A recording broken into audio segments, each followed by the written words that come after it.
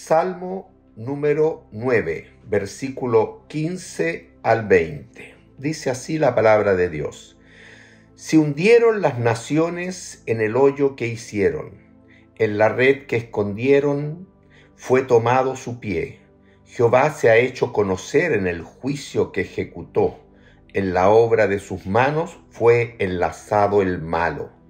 Los malos serán trasladados al Seol, todas las gentes que se olvidan de Dios. Porque no para siempre será olvidado el menesteroso, ni la esperanza de los pobres perecerá perpetuamente. Levántate, oh Jehová, no se fortalezca el hombre, sean juzgadas las naciones delante de ti. Pon, oh Jehová, temor en ellos, conozcan las naciones que no son sino hombres. Está ahí la lectura, y esta lectura termina así el Salmo número 9, que lo hemos visto ya en 2 viernes pasados. Aquí viene una hermana. Ok, muy bien. Vimos que este salmo, hermanos, David ya en su relación con Dios va aprendiendo mucho de Dios, va mencionando un sinnúmero de atributos de Dios que van haciendo que David crezca en su fe. Terminamos el viernes pasado con una oración de fe de David, versículo 13, ten misericordia de mí, reconociendo de que Dios ha librado a David de la muerte, con el propósito de que yo cuente todas tus alabanzas, que yo cuente todas tus maravillas. Y hemos visto que en este salmo hay un desafío poderoso al creyente a proclamar la verdad del Señor. En esta fe, David entonces anuncia, prevé el destino del hombre impío, del inconverso. Por eso es que él en el fondo ahora, lleno de fe, como un portavoz del Señor, como un profeta de Dios, dice en el versículo 15, se hundieron las naciones en el hoyo que hicieron, en la red que escondieron fue tomado su pie. Ya, la verdad es que David sabe perfectamente que hay un hombre que tiene fe en Dios, deposita su fe en Dios, pero hay un mundo que no cree en Dios.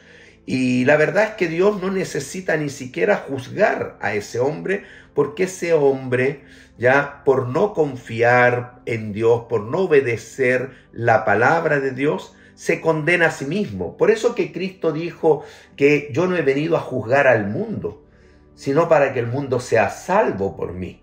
Porque el hombre es el que se condena a sí mismo toda vez que se distancia de Dios, que entonces vive una vida no considerando a Dios.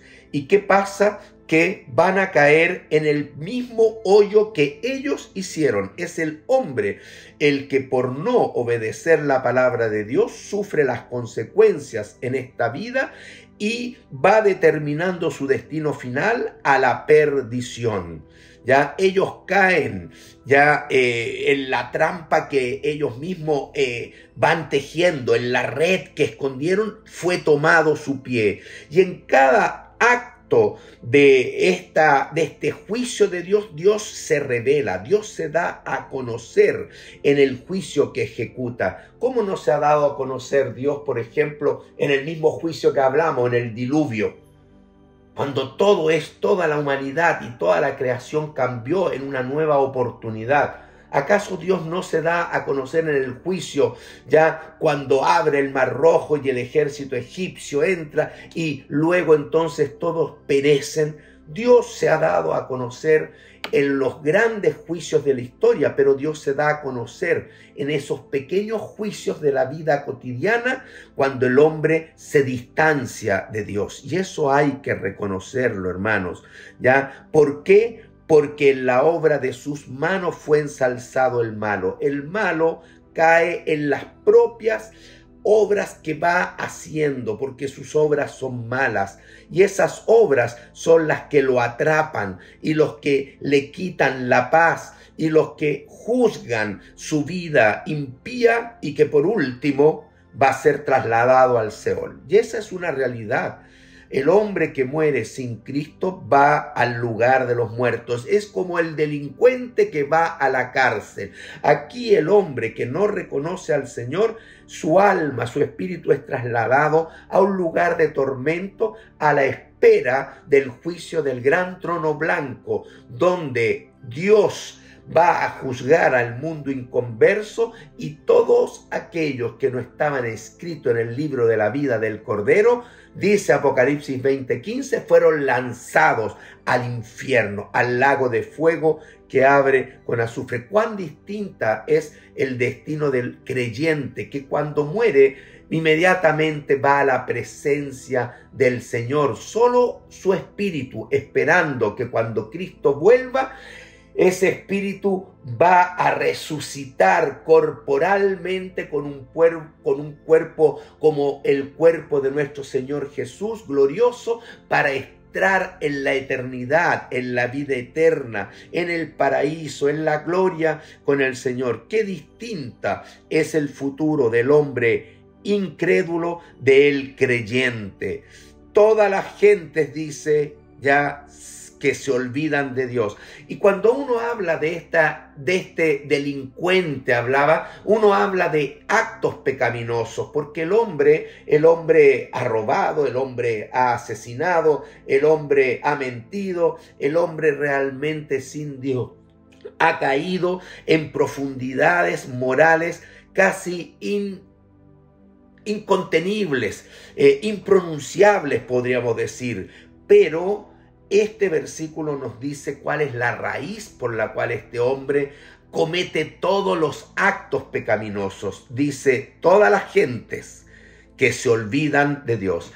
Es el hombre que olvida a Dios, es el hombre que no considera en su vida a Dios, el hombre que se ha independizado de Dios.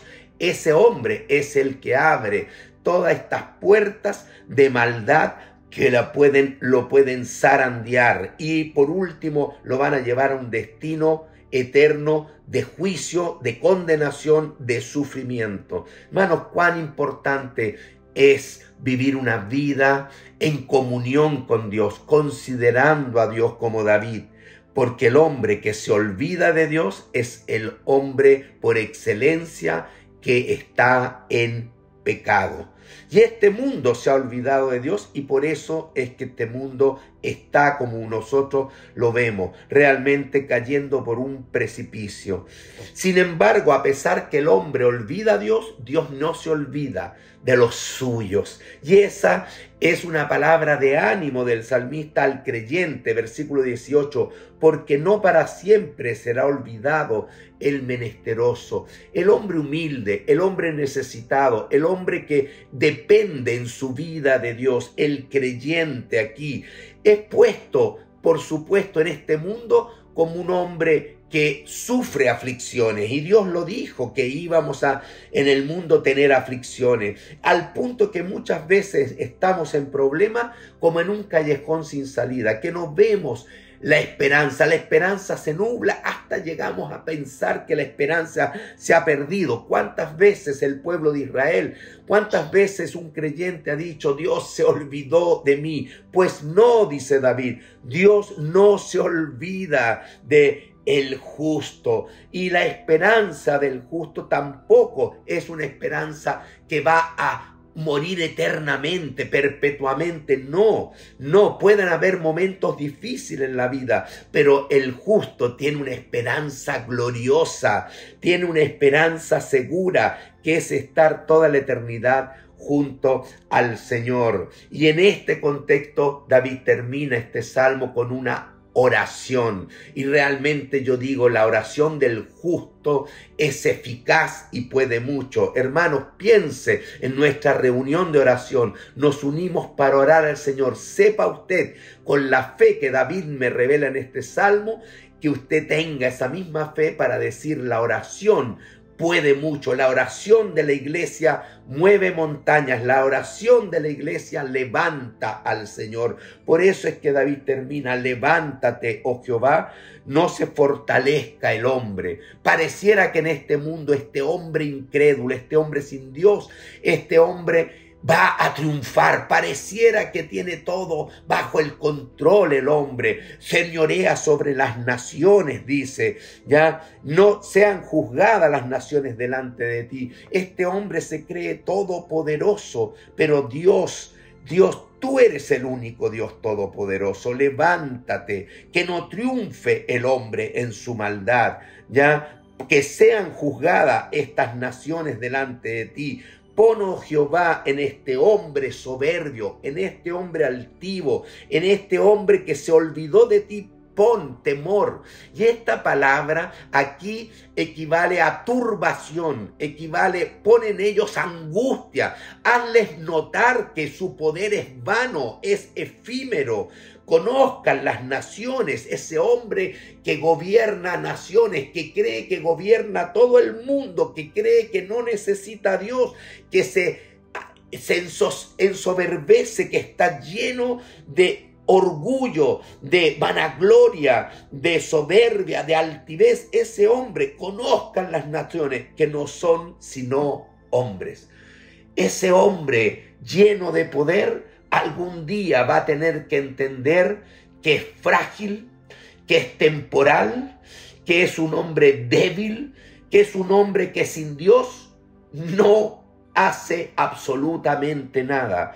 En ese día el hombre va a pasar, como dice el Salmo 1, son como el tamo que arrebata el viento. Como dice otro salmo, que el hombre es como la hierba que de repente florece, pero que luego pasa, porque el único que es eterno es el Señor. Qué contraste más grande, ya, con este hombre que se cree todopoderoso, como vemos ahí en la frase las naciones, en los gobiernos. Este hombre es tan débil, tan frágil, es tan temporal, pero hay uno que va a triunfar, que es nuestro Señor, porque como dice el versículo 7, Jehová permanecerá para siempre, el único que permanece. Los cielos y la tierra pasarán, pero la palabra de Dios no pasa, porque Dios es el mismo ayer, hoy y por los siglos. Y el único que permanecerá para siempre es el Dios nuestro, es tu Dios.